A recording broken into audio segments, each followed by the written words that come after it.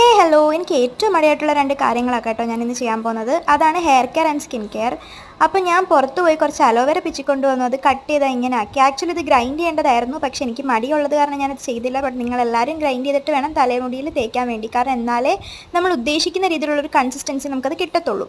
അങ്ങനെ ഞാൻ ഓരോ ലെയറായിട്ട് എങ്ങനെയൊക്കെയോ കഷ്ടപ്പെട്ടത് തേച്ചു. കാരണം ഗ്രൈൻഡ് ചെയ്യാത്തതുകൊണ്ട് തന്നെ നല്ല കഷ്ടപ്പാടായിരുന്നു. എങ്ങനെയൊക്കെ എന്തായാലും തേച്ചു. അതിന് ശേഷമാണ് ഞാൻ സ്കിൻ കെയറിനെ പറ്റി ചിന്തിച്ചിട്ടുണ്ടായിരുന്നത്. അങ്ങനെയാണ് ഞാൻ പോയിട്ട് മുൾട്ടാനി മിട്ടീൻ്റെ ഓറഞ്ച് ഫേസ് പാക്ക് ഉണ്ട്, അത് ബെഞ്ചാറസിൻ്റെ കേട്ടോ. ഞാൻ അതും കുറച്ച് അരിപ്പൊടിയും കൂടെ മിക്സ് ചെയ്ത് ഫേസിലും കൂടെ അപ്ലൈ ചെയ്തിട്ടുണ്ടായിരുന്നു.